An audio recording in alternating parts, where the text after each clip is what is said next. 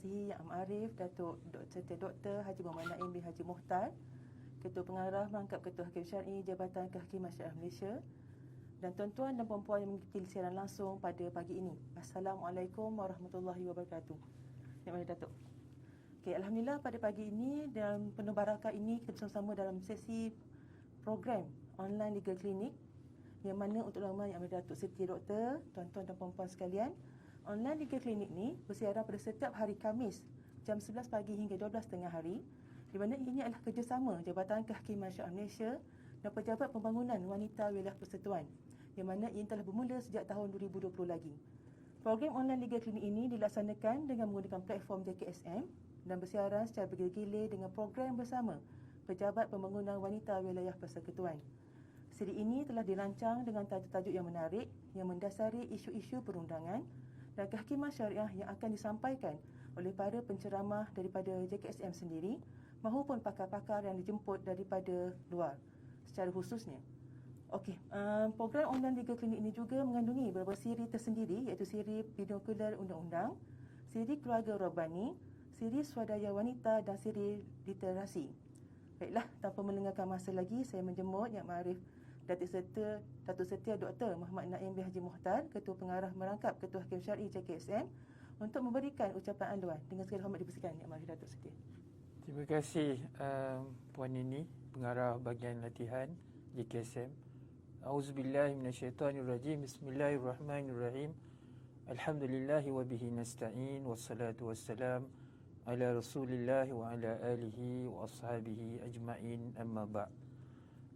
Tuan-tuan dan puan-puan yang saya kasih sekalian, alhamdulillah kita mengucapkan dan memanjatkan kesyukuran kepada Allah SWT kerana telah memberi peluang kepada kita untuk bersama-sama dalam program online legal clinic, buat julung kalinya dengan menggunakan platform media sosial JKSM yang alhamdulillah berjaya direalisasikan pada kali ini.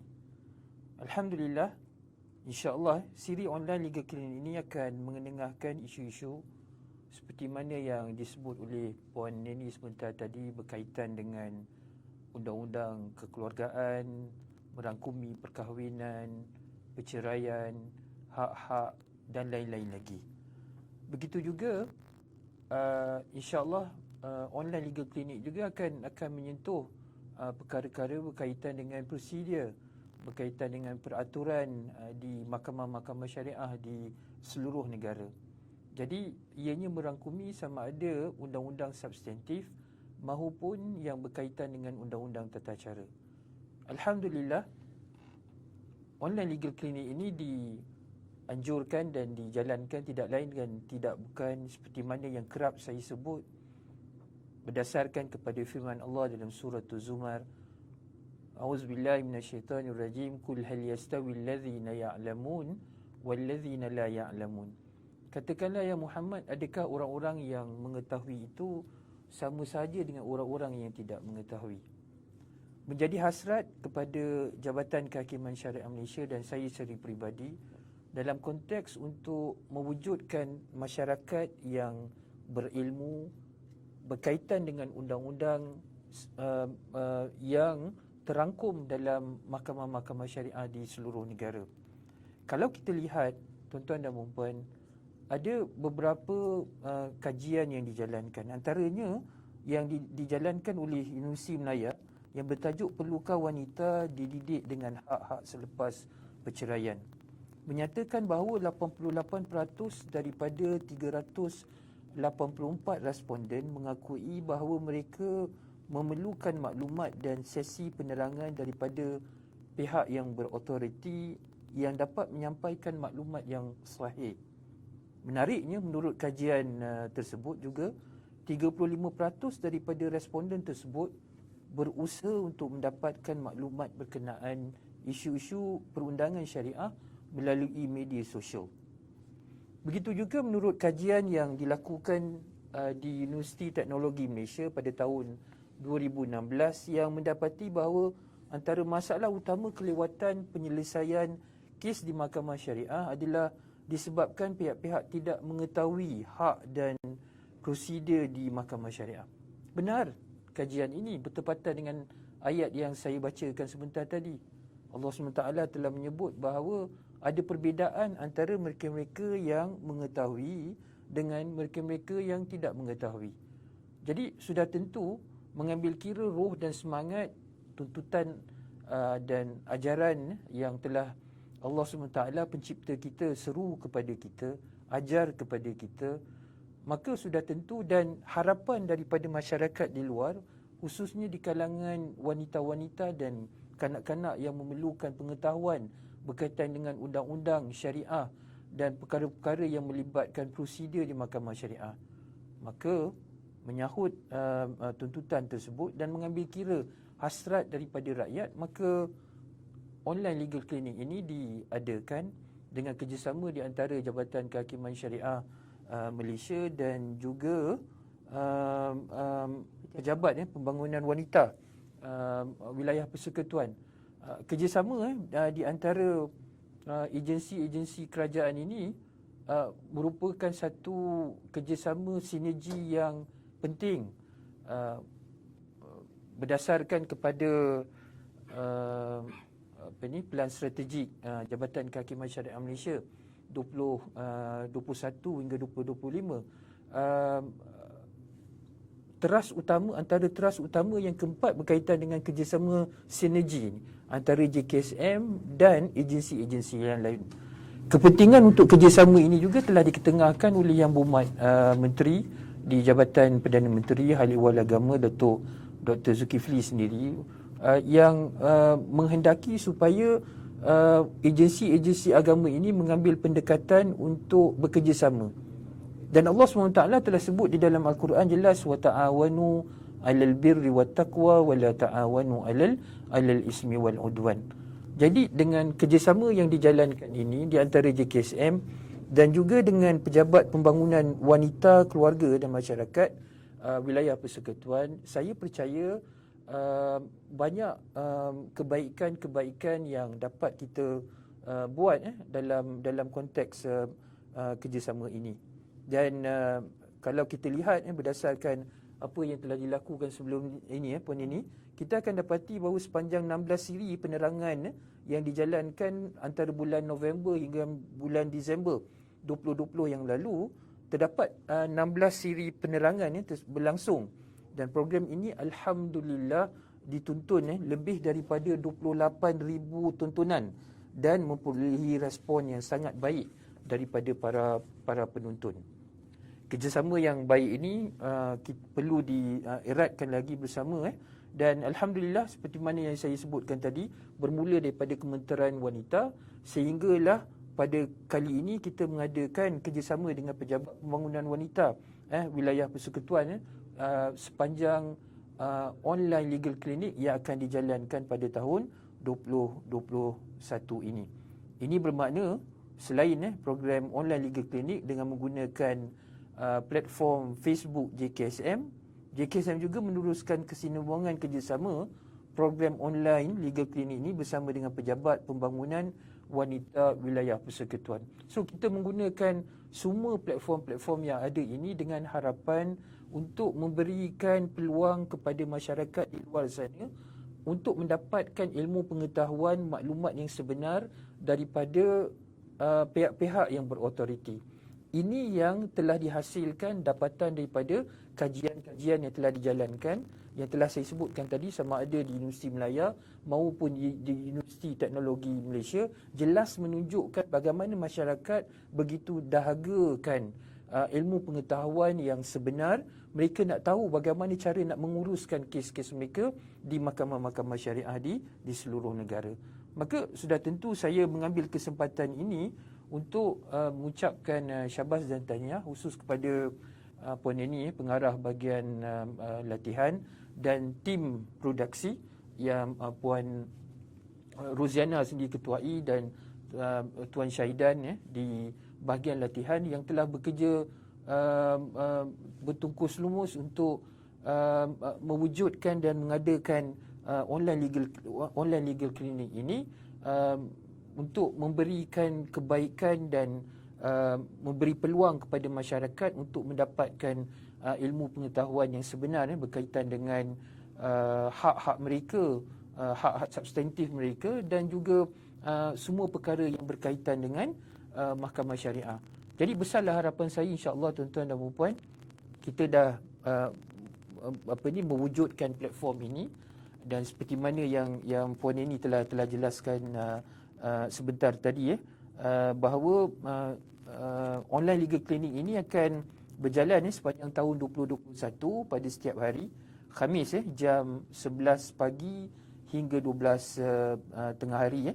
Yang ini yang telah dirancang dan diaturkan, dan seperti mana yang disebut oleh Puan Eni juga tadi, program online legal clinic ini mengandungi beberapa siri seperti siri binoklear undang-undang, siri keluarga Rabbani, siri swadia wanita, dan siri literasi bagi memvariasikan penyampaian maklumat kepada masyarakat. Sebab itulah saya ucapkan syabas kepada tim produksi online legal clinic ini. Semoga Allah memberi rahmat dan keberkatan kepada mereka yang berusaha untuk memberikan maklumat yang sebenar kepada masyarakat. Dan saya juga mengambil peluang ini kepada tuan-tuan dan puan-puan di luar sana untuk mengambil peluang.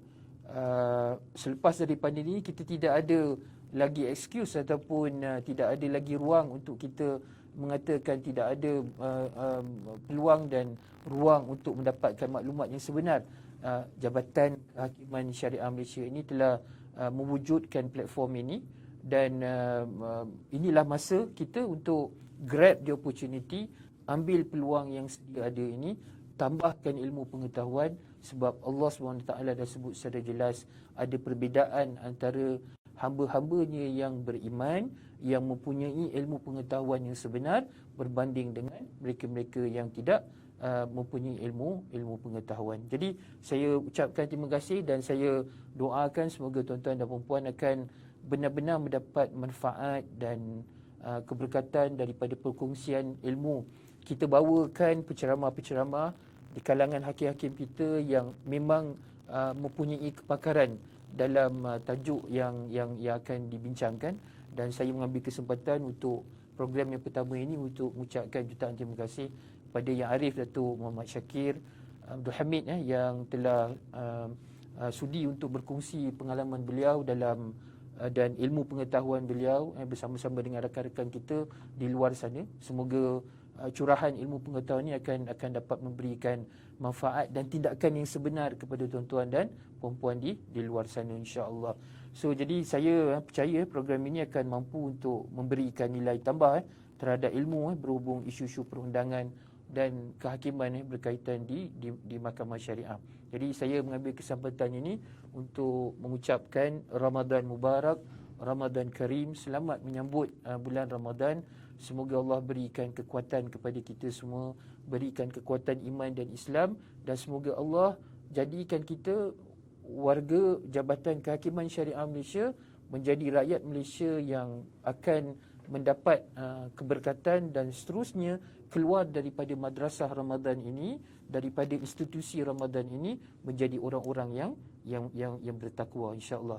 Terima kasih. Jazakumullah khairal jazak. Dan saya dengan ini melancarkan dan merasmikan program online legal clinic tahun 2021.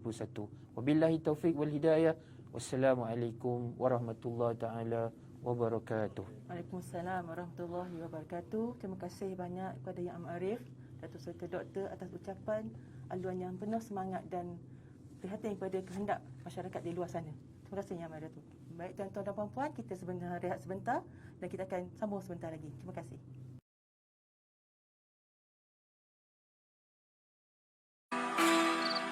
Hasbi Rabbi Jallallah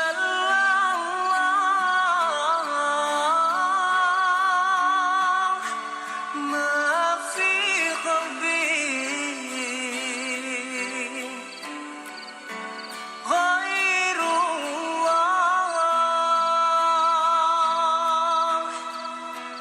Nur Muhammad sallallahu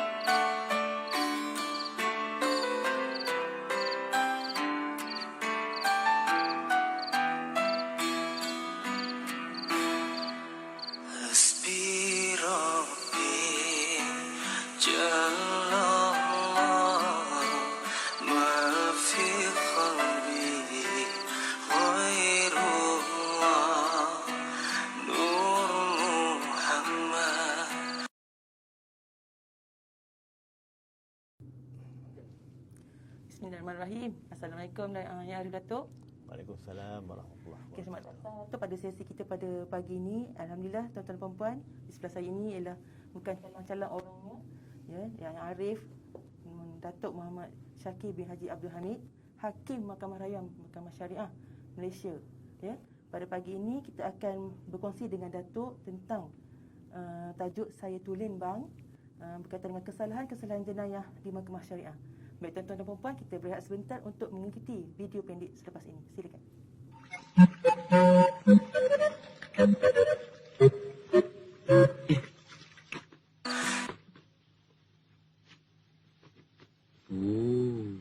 Hei, mari ya. Bawa aku tahu. Rupa-rupanya kau tiluan ya? Tulen bang, Tiluan? tulen. Oh, tulen ya. Buka seluar kau tengok. Tolonglah bang, nak kena makan lah bang. Tolong.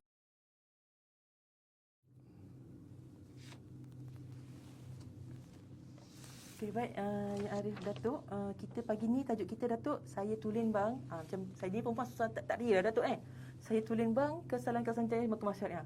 Jadi boleh saya persilakan Datuk untuk menghuraikan topik kita pada pagi ni. Silakan Datuk. Baik, bismillahirrahmanirrahim. Assalamualaikum warahmatullahi wabarakatuh. Assalamualaikum. Terima kasih kepada Puan Nini. Terlebih dahulu saya ucapkan terima kasihlah kepada bahagian latihan JKSM kerana sudi menjemput saya untuk hadir dalam program pada pagi ini. Tak sekalian juga saya ingin ucapkan selamatlah untuk kita berpuasa. Hari ini kita masuk hari yang ketiga lah. Alhamdulillah. Semoga dengan barakah Ramadan ini, madrasah Ramadan ini akan memberi keberkatan kepada kita semua.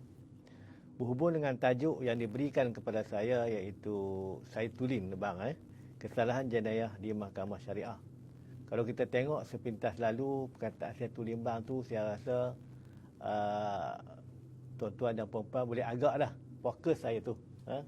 Namun begitu, eloklah kalau saya berilah penerangan sebaringkas sedikit tentang undang-undang syariah di Malaysia ni. Bermula dengan sejarahnya lah.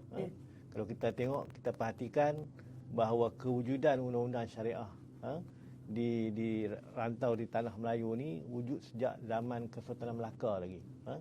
Iaitu pada tahun 1445-40 macam itulah. Di zaman Sultan Muzaffar Shah. Kemudian telah ditulis dalam bentuk cara resmi pada zaman Sultan Mahmud Shah pada 1489. Dan kalau kita baca dalam hukum kanun Melaka tu, kita dapati terdapat kesalahan-kesalahan jenayah syariah, jenayah Islam yang melibatkan hukuman hudud, qisas dan takzir. Selain daripada hukuman jenayah, ada juga hukuman-hukuman yang lain lah, yang berbentuk muamalah. Dan apa yang pengkaji dapati juga, di samping hukum kanun Melaka tu ada juga prosedur-prosedur kehakiman untuk melaksanakan hukum kanun tersebut. Dan setelah Melaka ditawan oleh pihak Portugis, tidaklah bermakna bahawa hukum kanun Melaka tu terhapus. Sebab pengkaji juga mendapati bahawa hukum kanun Melaka tersebut telah diadaptasi, telah dibawa ke negeri-negeri Melayu yang lain. Sebagai contoh, hukum kanun di Pahang, di Johor, di Kedah, dan sampailah ke Sumatera dan sebagainya. Makna dia hukum jenayah Islam ini bukanlah sesuatu yang asing pada kita, kerana ia telah wujud sekian lama. Kemudian setelah kedatangan British ke tanah Melayu ini, seperti yang kita ketahui, British telah membawalah undang-undang mereka ke negara kita ini. Namun begitu, selepas perjanjian Pangkor 1874 tu, berlakulah pengasingan kuasa, di mana Raja-Raja Melayu hanya diberi kuasa tentang adat istiadat dan hak ehwal agama Islam. Manakala berhubung dengan pentadbiran keadilan, perundangan dan sebagainya itu di bawah kawalan pihak British. Namun begitu tidak bermakna bahawa Raja-Raja Melayu ini tidak ada kuasa langsung untuk nak melaksanakan undang-undang Islam, peraturan Islam kepada umat Islam di tanah Melayu. Dan kalau kita lihat sebagai contohnya di Perak, dalam satu perintah dalam Majlis 1885 telah memperuntukkan peraturan tentang solat Jumaat dan juga hukuman bagi kesalahan zina. Begitu juga di Selangor, 1894, peraturan tentang sembahyang Jumaat di masjid, dan juga di Negeri Sembilan pun pada tahun 1887. Dan di Kelantan 1916 terdapat peraturan atau kawalan tentang larangan daripada berjudi kepada semua orang Islam lah. Begitu juga tentang larangan penyalahgunaan ayat-ayat Quran dalam persembahan teater 1909. Dan itu menunjukkan bahawa sebelum wujudnya undang-undang yang perlembagaan dan sebagainya, memang undang-undang Islam ni telah pun wujud pada ketika itu. Dan sehinggalah pada tahun 1952 telah diwujudkan Akta Pentadbiran, enactment Undang-Undang Pentadbiran Hukum Isyarak, sebagaimana di Selangor pada tahun 1952, di Pahang 1955, dan menunjukkan bahawa sebelum kita merdeka lagi sebenarnya undang-undang syariah ni telah pun ada. Cuma mungkinlah peruntukan tersebut tidaklah selengkap pada hari ini. Saya ingat lagi sebagai contoh pada tahun 90-an ketika saya mula masuk kerja dulu, kesalahan jenayah syariah ni dia berada di dalam undang-undang enactment undang-undang pentadbiran. Dia tidak berada berasingan seperti sekarang ni lah. Kalau dulu kesalahan kaluat, kesalahan persetubuhan haram, minuman tak berpuasa dan sebagainya tu terletak dalam enactment pentadbiran. Dan kalau tengok masa tu hukuman dia memang kecil lagi lah. Kalau tak silap saya, kalau ketika itu hukuman orang yang tidak berpuasa, hukumannya RM25. Puan ini RM25 murah. Murah sangat. Mungkin pada tahun 1952 tu mungkin RM25 tu nilai dia tinggi. Tapi dalam masuk tahun 90-an ni kita nampak murah lah. Okey puan ini ya. Saya nak pergi juga kepada ini kesalahan jenayah syariah ni. Kalau kita perhatikan enactment kesalahan jenayah syariah ni bermula melalui penyeragaman 5 undang-undang pada tahun 1990-an kan. Ketika itu undang-undang tersebut telah dibentangkan kepada Majlis Raja-Raja dan Majlis Raja-Raja bersetuju untuk menyeragamkan undang-undang ini, termasuklah undang kesalahan jenayah syariah. Dan tujuan tersebut telah dibawalah ke negeri. Sebagaimana kita ketahui bahawa undang-undang jenayah syariah ini dia bersifat negeri. So makna dia di negeri terpaksalah bawa ke Dewan Undangan Negeri untuk diluluskan Dewan Undangan Negeri. Dan alhamdulillah pada ketika ini semua negeri telah mempunyai akta di wilayah ataupun enactment undang-undang kesalahan jenayah syariah yang tersendiri. Kan? Cumanya memang kita akuilah apabila dia bersifat negeri ini ada sedikit-sedikitlah perbezaan. Namun itu tidak menjejaskanlah untuk pelaksanaannya di negeri. Dan kalau kita perhatikan juga undang-undang ini telah melalui beberapa peringkatlah proses sebelum dibawa ke Dewan Undangan Negeri untuk diluluskan. Dan yang menariknya undang-undang tersebut telah memperincikanlah kesalahan ini dari sudut pembahagian. Dikategorikanlah pembahagian-pembahagian kesalahan tersebut. Sebagai contoh, dalam kesalahan jenayah syariah tersebut diletakkan kesalahan yang berkaitan akidah, kemudian berhubung dengan kesucian agama Islam dan institusinya, yang ketiga berhubung dengan kesusilaan, dan juga berhubung dengan kesalahan yang pelbagai lah. Jadi mudahlah kalau pihak yang berautoriti untuk nak melaksanakan pengukuasan ini, sebab dia dah ada pembahagian dia. Dan satu lagi ciri-ciri yang saya rasa menarik juga, kalau kita tengok perubahan-perubahan yang berlaku dalam kesalahan jenayah syariah ini ya. Hukuman dia, takat hukuman seperti yang saya katakan tadilah, pada tahun sebelum kita merdeka ni, hukuman yang diberikan kepada mahkamah syariah, mahkamah qadi ketika itu memang rendah lah. Dan pada tahun 1965 kerajaan telah mewujudkan Akta Mahkamah Syariah Bidang Kuasa Jenayah, yang mana hukuman yang diberikan kepada mahkamah syariah iaitu denda sebanyak RM1,000 atau penjara 6 bulan. Dua hukuman tu saja yang diberikan kepada mahkamah syariah pada ketika itu.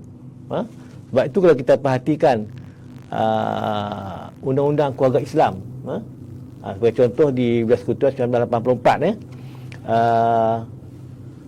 rata-rata kesalahan yang terdapat dalam undang-undang keluarga Islam tu sebenarnya hukumannya diambil daripada Akta Mahkamah Syariah Bidang Kuasa Jenayah 1965. Itu yang kita tengok kesalahan kahwin tanpa kebenaran RM1,000, cerai luar mahkamah RM1,000. Itu sebab ambil daripada Akta Mahkamah Syariah Bidang Kuasa Jenayah 1965. Kemudian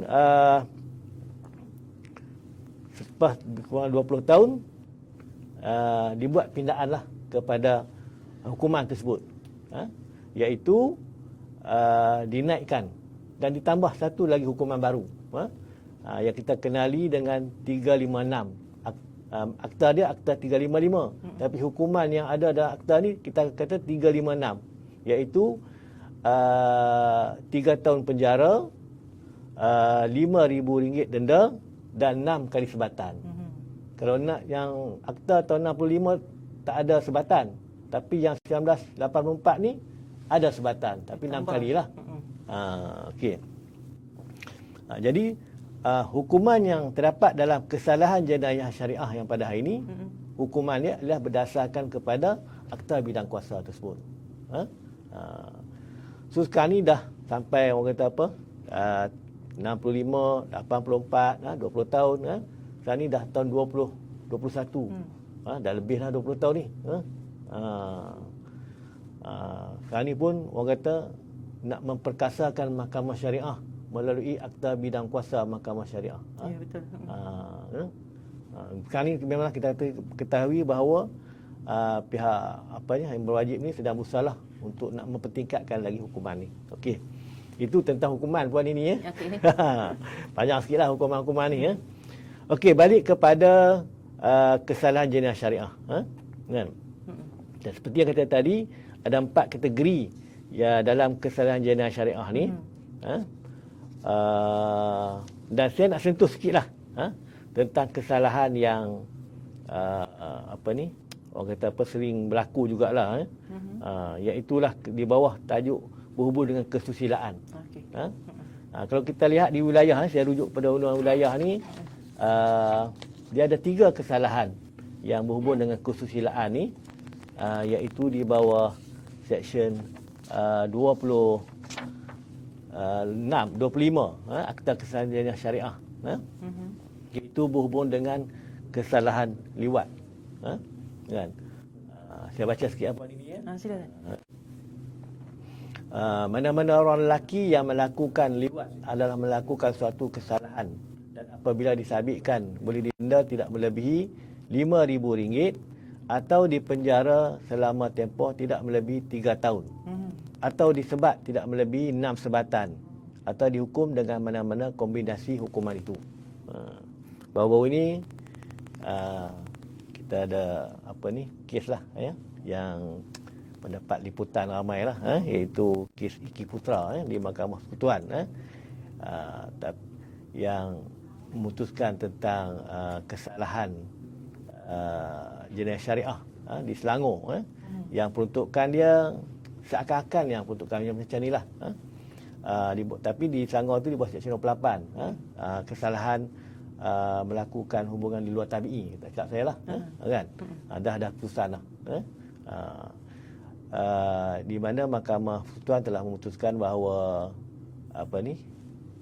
peruntukan kesalahan yang ada dalam perjanjian syariah ni tidak berperlembagaan, sebab kesalahan yang sama juga diperuntukkan dalam penal kod dalam kanun kesesaan, kan? Dan itu dah putusan mahkamah dah ada, kita biarlah mahkamah buat putusan, ya. Kemudian di bawah bahagian kerusian ni juga ada dua lagi kesalahan, iaitu dia panggil musahaqah. Iaitu musahaqah ni mana-mana orang perempuan yang melakukan musahaqah. Musahaqah ni iaitu hubungan sesama perempuan, ataupun dalam bahasa moden sekarang kita panggil apa? Lesbian. Kan?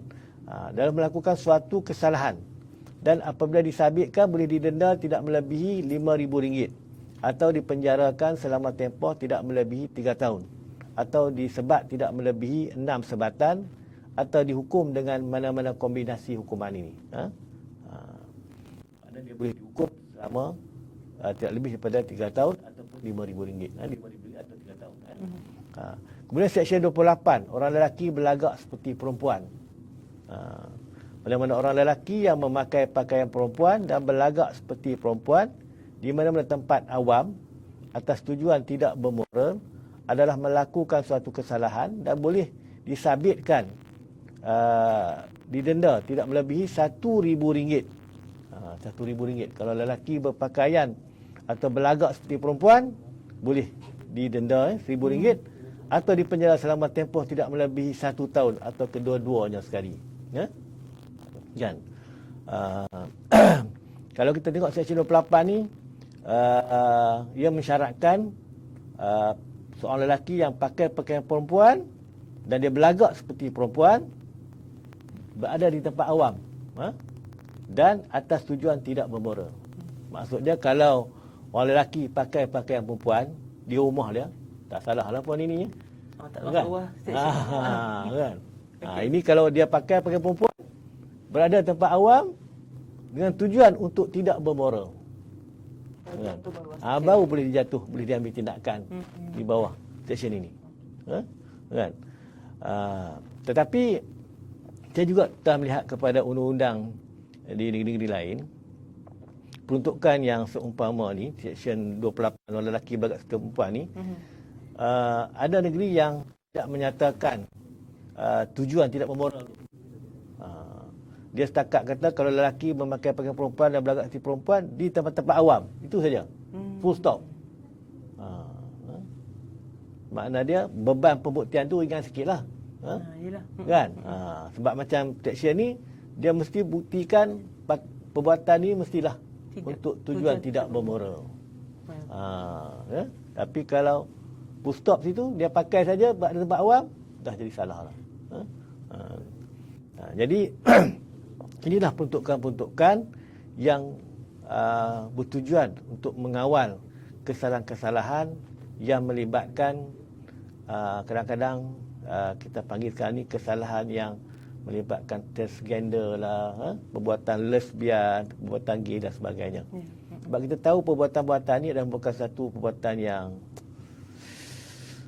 lari daripada fitrah manusia. Betul. Kan?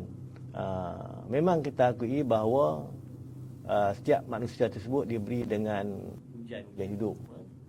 Jadi mereka ini telah diberi dengan ujian. Mereka kata mereka ni dilahirkan sebagai lelaki, tapi jantina perempuan terperangkap dalam diri mereka. Kan? Jadi tak salahlah kalau mereka ini jadi seperti apa yang ada dalam jiwa mereka ini. Kan? Sebenarnya mereka ini diuji oleh Allah Subhanahu Taala. Kan? Liyabluwakum ayyukum ahsanu amala. Dan ujian yang ada pada mereka ini, kalau mereka dapat berjaya harungi, dan mereka berjaya. Tetapi mereka memilih ujian ini untuk melakukan perbuatan lebih buruk lagi. Kan? Seperti contoh baru ni kita tengok pernah berlaku. Jadi tak silap saya sebuah negeri dulu, seorang wanita berlagak lelaki telah berkahwin dengan wanita. Hmm. Apa cerita ni? Wanita berkahwin dengan wanita. Kan? Kemudian ada kes juga. Jadi fahamkan melibatkan orang Islam juga. Tapi perbuatannya tak berlaku di sinilah puan ini. Berlaku di luar negara. Lelaki sama lelaki berkahwin. Macam mana nak lahirkan zuriat tu puan ini? Ya. Dia dah lari pada fitrah perkahwinan itu sendiri. Kan? Dia macam mana tu? Kan? Kalau kita ikut apa ni konsep di barat tu memanglah dia panggil apa tu kebebasan diri. Hak asasi. Tapi kalau hak asasi yang bercanggah dengan fitrah menjadi manusia, undang-undang sebagainya, itu kita salah. So bagi saya hukuman yang ada dalam kesalahan jenayah syariah ini yang berbentuk kesalahan moral ini sebenarnya bukan untuk menginayai sesiapa. Sebenarnya untuk nak mendidik masyarakat supaya kembalilah kepada fitrah semula jadi manusia ni. Kan? Sebab kadang-kadang kalau kita biarkan mereka ini tanpa panduan, tanpa peraturan, boleh menyebabkan kerosakan kepada masyarakat. Ya. Okey, Datuk, macam isu ni kan Datuk kan? Macam isu semasa yang hangat, kita katakan masa sini lah. Ya. Gay, ya? Yes. Okay, hubungan lelaki dengan lelaki, perempuan dengan perempuan Datuk kan? Jadi kita ada hukuman, kita ada undang-undang ada. Ya? Tapi kita apa pandangan Datuk dengan macam mana kita nak mendidik diorang ni? Jadi didikan kita mungkin ni tak cukup keras ke? Sampai mereka berluasa berani bersuara secara terbuka di media mencabar hukum Allah. Ada beberapa Datuk kan? Macam mana kita nak bagi dia betul-betul satu hukuman ataupun pengajaran yang betul, ingatlah mana takut gerun untuk berlaku seperti itu Datuk. Adakah kerana ulun kita tak kuat ke atau macam mana Datuk? Terima kasih puan ini. Kalau kita tengok kepada apa ni hukuman yang ada pada sini, contoh macam kesalahan musahakah ni kan, denda dia RM5,000 saja. Sekarang ni RM5,000 ni pun orang boleh bayar. Kan? Kalau macam kesalahan lelaki berlagak seperti perempuan, denda RM1,000 je hari ni. Kan? Sedangkan kalau kesalahan apa tu? Apa ni baru ni apa PKP kan lagi mahal. Lagi mahal. Asal RM1,000 kan dia dah naik dah apa RM10,000 kan sekarang ni. Kan? Ini sedangkan belagak perempuan lagi bahaya ni. Kan? Jadi saya setujulah kalau lah ada pihak kerajaan untuk nak meningkatkan lagi hukuman ni bagi mengerunkan juga mendidik mereka ni supaya tidaklah berlaku perbuatan yang seumpama ini. Sebab yang menyedihkan ini, ada beberapa kes lah yang pernah baca. Mereka ini sebenarnya, tadi kita kata yang lelaki yang dia kata apa tu, jantina wanita terperangkap diri. Ini bukan jantina tak terperangkap diri, tapi dia sengaja dibuat-buatkan. Pun ada juga. Dibuat-buatkan dengan tujuan untuk nak mencari apa ni, jalan mencari apa ni pendapatan, perbuatan-perbuatan yang tak baik lah. Kan? Jadi kalaulah dapat dipertingkatkan hukuman ini, saya rasa akan memberi satu kegerunan lah kepada golongan-golongan ini supaya tidak melakukan perbuatan yang kesalahan ini. Kemudian apa ni, saya rasa juga golongan-golongan ini perlu juga diberi bimbingan lah. Kan? Kalau kita dapat mengadakan pusat bimbingan, pusat tahanan yang berbentuk bimbingan kepada mereka. Orang kata apa, pusat bimbingan yang boleh memberi khidmat kaunseling, yang boleh memberi khidmat apa ni rehabilitasi kepada mereka ini supaya mereka ini sedar dan kembali pulih. Sebab kita baca kan ada beberapa kes yang pernah berlaku sebelum ni, memang dia hidup sebagai apa ni, yang golongan-golongan macam inilah. Tapi setelah dia insaf, dia kembali ke jalan yang benar, dan alhamdulillah dia berjaya. Kan? Jadi kita haraplah semoga usaha-usaha yang berterusan lah daripada semua pihak. Termasuklah pihak JKSM, pihak JAKIM, pihak Kementerian Wanita dan sebagainya untuk nak menangani isu-isu ni. Maknanya semua pihak mesti bersama-sama, Ya, Datuk. betul, betul. Dan kita dari segi JKSF ni undang-undang ni lah. Betul. Ya, dari segi macam NGOs-nya untuk menjaga Ya, dia orang, betul, bimbing, betul. tarik Ya. balik ke jalan yang benar, Datuk. Betul, betul. Okey. Ya. Bukan usaha yang senang, Datuk. Ya, betul.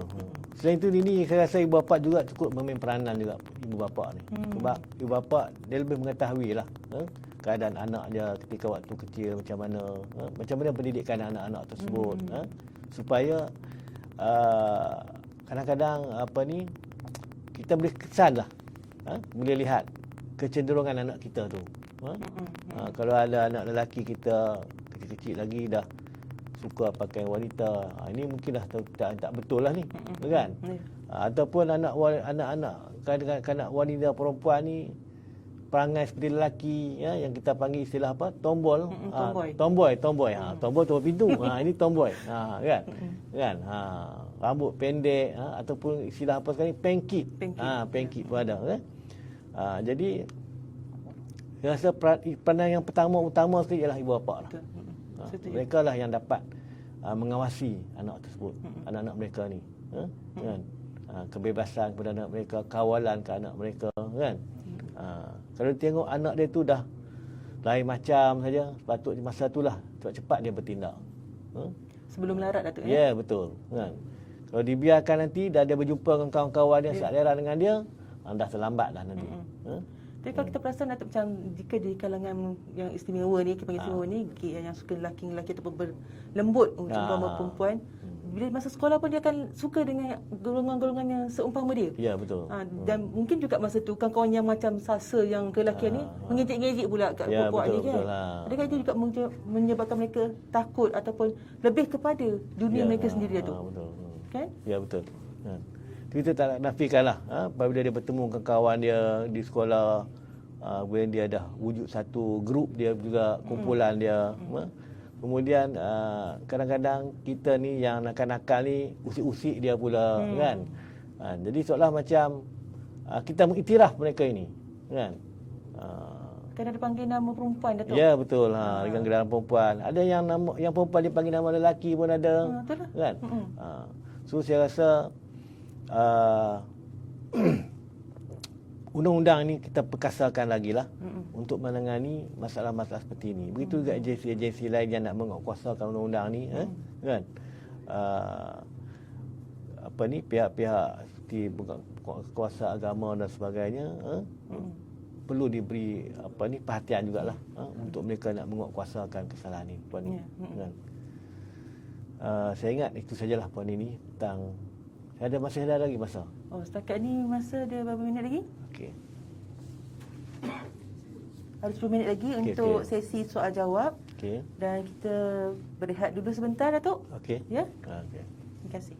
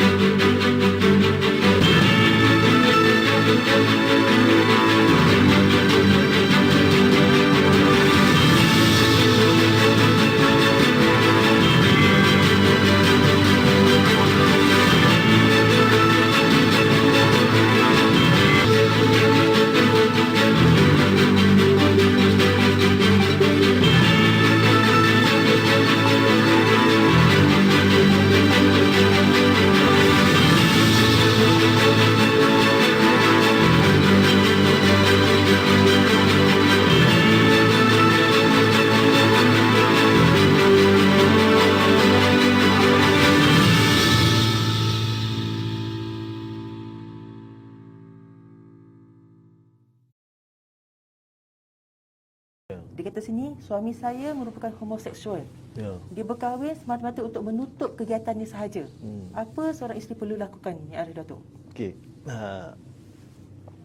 Baik, terima kasih kepada puan yang bertanya tadi, ya. Dan kita terima hakikatlah bahawa setiap orang ada kelemahan dia masing-masing. dan perbuatan yang mereka lakukan untuk melakukan perbuatan maksiat ini berbagai-bagai cara lah. Seperti yang Puan disebut tadilah. Perkahwinannya hanyalah semata-mata untuk nak menunjukkan bahawa dia ni ada seorang lelaki yang tulen, kan? Sedangkan kecenderungan dia tidak kepada isteri dia. Saya rasa dalam hal ini kalau dia nak membantulah suami dia, mungkin boleh berjumpa dengan pakar terlebih dahululah, untuk merawat suami dia ni, untuk membantu, untuk rawat, kan? Kita harapkan semoga dengan rawatan yang dia berikan ini mungkin dapat menyembuhkan, menarik minat suami dia untuk menjadi lelaki yang sejatilah, suami yang baik, kan? Jadi kalaulah usaha tersebut tak dapat dicapai melalui usaha perubatan ni, mungkinlah kalau dia nak ambil tindakan untuk orang kata berpisah cara baiklah, kan? Itu di sudut malnya lah. Dari sudut jenayahnya tu dia boleh reportlah kepada unit penguatkuasa, bahagian penguatkuasa untuk mengambil tindakan ke atas perbuatan sumbang suami dia ni, kan? Sebab kita tahu bahawa perbuatan-perbuatan sumbang ni dia menyumbang juga kepada masalah penyakit, kan? Dibimbangkan nanti kalaulah sekiranya tidak ada tindakan daripada isterinya, boleh memberi kesan yang buruklah kepada kesihatan dia, kan? So pandangan saya macam itulah Puan Nini, maknanya dia kalau yang pertama dia ingin membantu secara jujur, pergilah mendapat rawatan. Sebab sekarang ni banyaklah hospital-hospital yang menyediakan rawatan yang terbaiklah untuk memulihkan pasangan orang yang macam ni lah, kan? Kemudian kalaulah sekiranya kehidupan dia tak dapat diteruskan lagi, mungkin dia boleh carilah jalan penyelesaian melalui perpisahan lah, perceraian dan sebagainya, kan? Dan akhir sekali, kalau untuk tujuan melapor perbuatan jahat ni, boleh lapor kepada unit penguatkuasa. Sebab undang-undang saya bacakan tadi ada disebutkanlah tadi, kan? Perbuatan-perbuatan yang dianggap sebagai melanggar kesusilaan. Ya, melanggar kesusilaan. Itu saya pandangan saya Puan ini, kan? Betul ya, ada Datuk, sebab isu macam ni, jika seorang isteri tu dia berkahwin, kahwinlah untuk tujuannya untuk bergembira, bahagia dan menikmati kehidupan sebagai suami isteri, Datuk, kan? Jadi apa tujuannya jika dia tak sampai pada matlamat perkahwinan tersebut? Betul. Ya? Dan saya pasti Puan yang bertanya tadi boleh dapat sedikit penjelasan tentang bagaimana step-step, langkah-langkah yang perlu Puan lakukan untuk menghadapi isu suami Puan yang homoseksual ni. Okey, kita akan terus pada kesimpulan, Datuk, di mana saya minta Datuk bagi sedikit kesimpulan bagi ceramah pada pagi ni. Okey, baik. Dalam usaha kita nak mengawal akhlak manusia ni, kadang-kadang kita memerlukan pelbagai usaha untuk nak membantu golongan-golongan yang kata yang menyerupai lelaki menjadi wanita, wanita menyerupai lelaki ni, ataupun dalam bahasa Arabnya dia panggil tasyabuh, penyerupaan, kan? Mereka ni perlu kita bantu. Itu yang pertama, kan? Sebab yang masalah sekarang ni iaitu golongan yang tasyabuh ni, kemudian mereka ini menggunakan tasyabuh ni untuk melakukan perbuatan maksiat. Itu yang kita bimbang, kan? Kita tak nafikan ada orang yang tasyabuh ni, tapi ada yang tasyabuh ni menggunakan itu cara untuk mendapatkan hasil dengan cara maksiat lah, kan? Jadi ini perlu ditangani, kan? Bagi mereka yang tasyabuh tanpa melakukan perbuatan-perbuatan yang kita kata inilah perbuatan keji ni, seperti melacur dan sebagainya ni, mereka ini kita boleh bagi nasihat, boleh bagi kaunseling, buat perjumpaan, bantu mereka, kan? Tapi bagi mereka yang tasyabuh ni dan melakukan maksiat ni, mereka ini perlu diambil tindakan sudut jenayah. Yang macam undang-undang sebut tadi lah. Menyerupai lelaki menyerupai perempuan, perempuan hubungan seks sama perempuan, itu perlu diambil tindakan. Sebab mereka ini kalau dibiarkan, takut nanti akan mempengaruhi orang lain dan juga memberi kesan yang besar kepada masyarakat. Kan? Memang kita akui tadilah macam kes kakak perempuan tadi, suami dia ni berkahwin hanya untuk menutup nak menyembunyikan bahawa dia ni gay. Kan? Tapi sebenarnya kecenderungan dia tu ke arah lelaki juga. Kan? Sebab dibimbangkan nanti takut kalau tidak ambil tindakan akan menjadi satu masalah kerosakan. Kita ambil timbal lah kes bukan kes kisah Nabi Lut. Kan? Yang mana hukuman yang Allah turunkan kepada golongan yang lelaki, suka lelaki ni dahsyat sekali puan ini. Diterbalikkan muka bumi itu. Nak menunjukkan bahawa buruknya perbuatan ni. Ya, betul. Kan? Okey. Kemudian dari sudut badan perundangan negara kita ini perlulah mengenakan hukuman yang lebih tegas lah kepada golongan-golongan ni. Sebab undang-undang dah sedia ada, penguasaan dah ambil tindakan, maka pihak yang nak menjatuhkan hukuman perlu tegas dalam hal ni. Kan? Seterusnya saya juga pandangan lah penyeragaman undang-undang. Sebab kalau kita lihat ada setengah negeri-negeri tersebut yang tidak menyatakan setakat menyatakan kesalahan di tempat awam tanpa ada elemen-elemen lain. Ada negeri yang meletakkan elemen untuk perbuatan tidak memora. Ada negeri yang meletakkan elemen tidak berakhlak. Jadi kalau boleh kita selaraskan. Dan juga begitu hukuman kita selaraskan juga. Kan? Supaya nampak supaya masalah ini apabila berlaku di satu negeri, ini hukuman dia. Sama saja. Tak ada beza. Kan? Itulah cadangan saya lah. Pandangan saya. Dan akhirnya penutupnya, kesimpulannya lah puan ini kalau kita perhatikan bahawa kesalahan jenayah syariah ini dikanunkan adalah untuk dasar maslahah. Kalau kita balik kepada prinsip maqasid syariah kita tu, kan, makna kesalahan yang diwujudkan ini, hukuman-hukuman ini adalah untuk, sebagai contoh, untuk menjaga agama, hifzuddin, dia untuk menjaga nasab. Ni tadilah kes tadi tu tujuan dia untuk menjaga nasab lah tu, hukuman ni, kesalahan ni. Jadi kesalahan ni sebenarnya untuk kebaikan kita. Bukan kesalahan makna hukuman ni. Hukuman-hukuman yang kenakan pada kesalahan ni adalah untuk menjaga kebaikan manusia. Kan? Kemudian